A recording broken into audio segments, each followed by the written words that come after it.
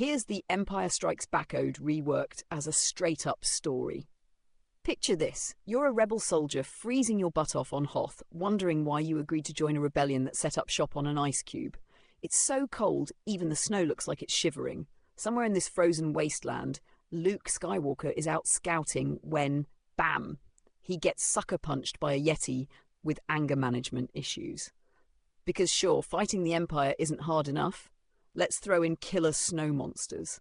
Luke barely survives thanks to his lightsaber and sheer luck. Han Solo shows up just in time to shove Luke into a dead Tauntaun like he's a galactic Bear Grylls. Han doesn't even blink. He's like, "Yeah, I saved your life, kid. Now let's never talk about how gross that was." Classic Han. But the cold doesn't stop the Empire. No, Darth Vader rolls in with AT-ATs, giant murder camels, because he's all about making an entrance. The rebels scramble to fight back, but let's be real, they're basically gnats trying to swat an elephant. Luke zips around in a snowspeeder, channeling his inner daredevil, while Leia yells orders like the queen she is. And Han? He's just trying to get the Falcon to start, which is peak millennial energy. The rebels barely escape, and the Falcon takes off into space chaos. Han and Leia's bickering hits a new high, turning the ship into the galaxy's worst road trip. Leia's like, "Stop calling me your worship." Han's like, "Admit you love me."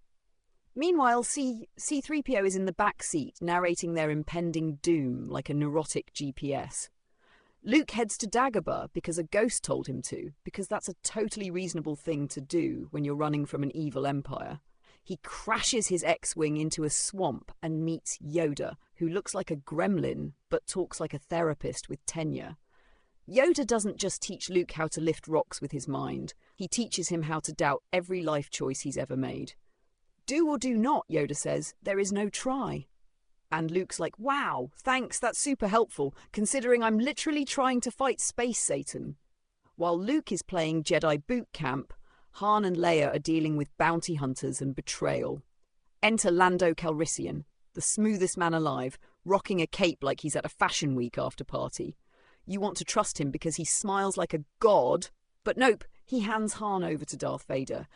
Vader's like, "Hey, I'm going to freeze your boyfriend in carbonite, but at least he'll look really cool doing it."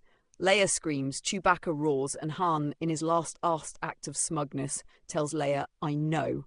Meanwhile, Luke senses all this drama mid-training and decides, screw Yoda and his vague life lessons, I've got friends to save. He shows up just in time to square off with Vader, who's been waiting like a parent ready to deliver the ultimate grounding. Their lightsaber fight is epic, but Luke's clearly outmatched. Vader throws pipes at him like he's auditioning for a plumbing-themed WWE. And then it happens, the big twist. "I am your father," Vader says, and suddenly every therapist in the galaxy just got a new client. Luke's like, "No," but deep down he knows it's true. The guy's rocking the same melodramatic energy. It checks out. He gets his hand chopped off, barely escapes, and ends up clinging to an antenna like a sad space pinata. Leia rescues him because she's the only one in this group who knows how to get things done. The movie ends not with triumph, but with everyone licking their wounds. Han's frozen, Luke's handless, and Leia's probably Googling how to overthrow an empire without a smuggler. And yet there's hope. There's always hope.